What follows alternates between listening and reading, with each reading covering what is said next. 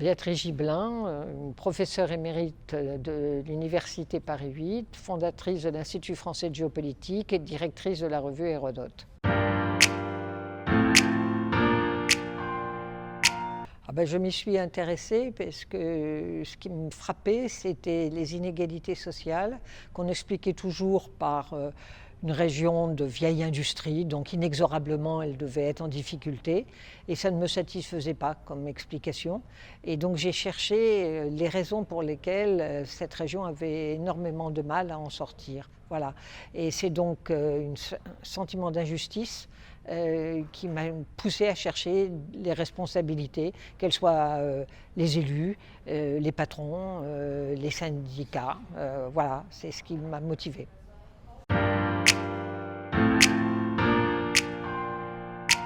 Ah oui, parce que quand Yves Lacoste a commencé, c'était vraiment un pionnier. Il n'y avait vraiment pas grand monde qui s'intéressait à cela.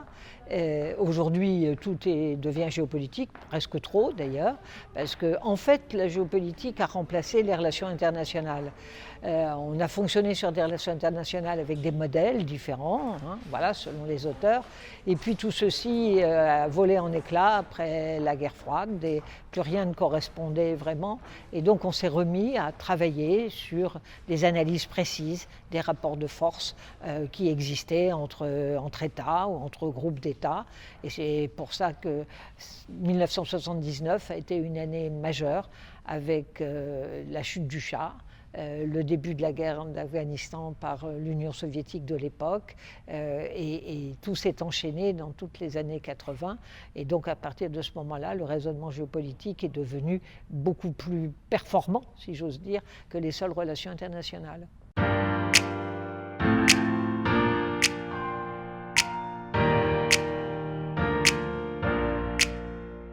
C'est pas une science. Certainement pas. Les lois de la géopolitique amènent à des catastrophes, comme ça a été le cas avec l'Allemagne nazie. Non, la géopolitique est un savoir, comme la médecine est un savoir. La médecine n'est pas une science. C'est une combinaison d'éléments scientifiques, mais après il y a tout l'art du diagnostic et de savoir associer différents phénomènes, si vous voulez.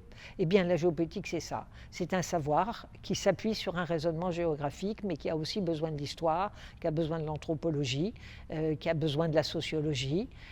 Voilà, c'est la combinatoire de toutes ces disciplines, de tous ces savoirs, qui est menée dans un raisonnement dans lequel la géographie a une part importante.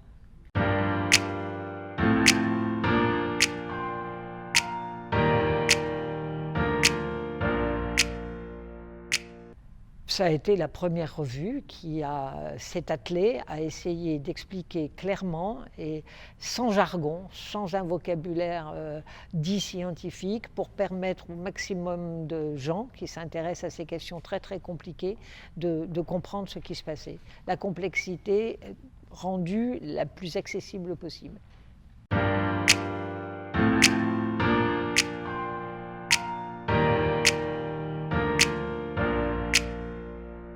Parce qu'on essaye de réfléchir à quels sont les thèmes qui peuvent devenir des préoccupations pour le plus grand nombre. Le Maghreb, ça faisait longtemps qu'on avait envie de faire un numéro sur le Maghreb. On a beaucoup parlé des pays du Maghreb dans différents types de numéros, bien sûr, mais on n'avait jamais fait un numéro vraiment sur le Maghreb. Or, la situation de l'Algérie nous a semblé très intéressante avec la reprise du Irak. La situation de la Tunisie, dont on dit que c'est le seul pays où il y a eu un printemps qui a eu une issue, même si la situation est difficile, mais quand même positive.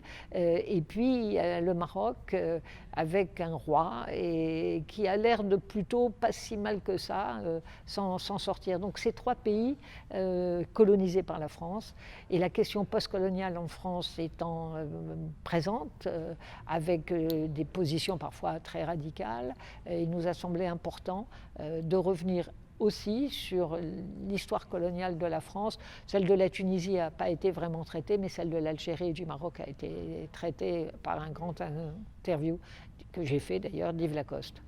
Et je pense que c'est un numéro utile pour les gens du Maghreb, mais aussi pour tous les Français, issus du Maghreb ou non.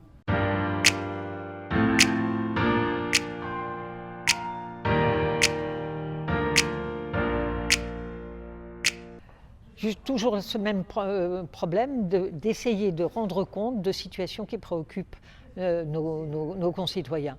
Et donc des études de cas, du terrain, des enquêtes, et pas une théorie et un seul discours. Et, par exemple, l'année dernière, c'était Rouge Vif, sur Xi Jinping et son ambition géopolitique, et c'était sûrement un très bon choix. On verra celui qui sera choisi cette fois-ci. Pour ma part, j'ai voté pour la guerre de 20 ans, parce que le terrorisme est une des questions majeures qui préoccupent nos concitoyens, et leur expliquer d'où ça vient, comment ça va évoluer, me semble un travail de citoyen important.